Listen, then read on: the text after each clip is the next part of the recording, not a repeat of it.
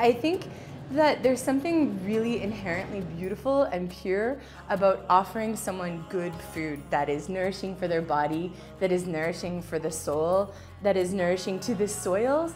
Down this long country road in the community of Errington, where small farms and cottage industries dot the byways, there is a quaint little place where you can pull up a chair and quench your thirst and your body with a truly unique natural elixir. Island Soda Works came as a hodgepodge, an amalgamation of about 12 years of life works.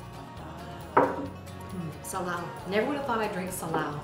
Driven by an unquenchable craving for Diet Coke, but compelled to make healthier life choices after being diagnosed with lupus, an autoimmune disorder, Mandolyn Jonasson began making her own healthy carbonated drinks. I wanted a delicious, fizzy drink, and I called upon a whole bunch of different knowledge that I had picked up along the way to create this. So food preservation techniques in Africa. I learned about schnapps making in Germany. I learned about traditional medicinal plants with a master healer in Spain.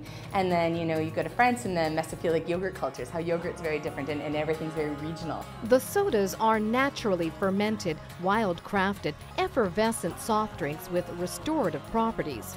So you're getting your living probiotics and B vitamins. There is less sugar in a whole bottle than there is in half a cup of skim milk. So we actually only use 4 cups of organic cane sugar and 50 liters of soda pop. In her first 2 years, Island Soda Works pumped out 5 new flavors a week and has amassed 170 recipes. All of which are based on local, seasonal ingredients, and it's really important to me. We use a lot of what I like to call vintage veggies, and so those are dandelion greens, dandelion fruits, salal, things that are very low impact. Each recipe an experiment infused with the essence of native plants like salal, lavender and rosemary herbs, and even rose petals. I worked with master vintners, so one of them is Brian Ross at Willow Point Wines. He is an amazing vintner, so he helped me work on fermentation flavor profiles because different things come out. And so I played with everything. I wanted to do a schnapps inspired, something that encapsulated a region, a season, a time, something that was beautiful. I remember walking through Courtney and smelling lilacs everywhere and just how joyous that made me feel. So I wanted to encapsulate that and make a soda pop. So I made a lilac and vanilla bean soda pop. And the coolest thing about it is, so you'd have a sip and it would taste kind of vanilla-y. It would be like a little bitter and then rolling into vanilla, and then you'd swallow. And when you exhaled, a whole bouquet of lilacs burst from your mouth. Kids loved it. Island Soda Works Brewtopia is more than just a manufacturing facility popping out bottles of seltzer. Mandolyn also runs a restaurant, right now just operating on weekends.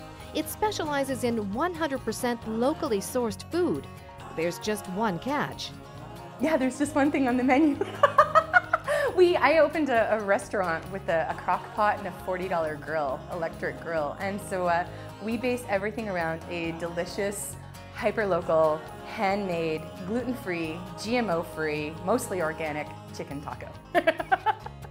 There is growing interest in her probiotic sodas, but Mandolyn says she is not interested in selling out the business or her small island lifestyle. How far am I going to go? I'm going to go until I can hire all the moms and have all the kids picking my dandelions. I'm not going to move production to Vancouver, and I'm certain about that. But I'm going to go as far as I can in a community space setting. In Errington, I'm Annette Lucas.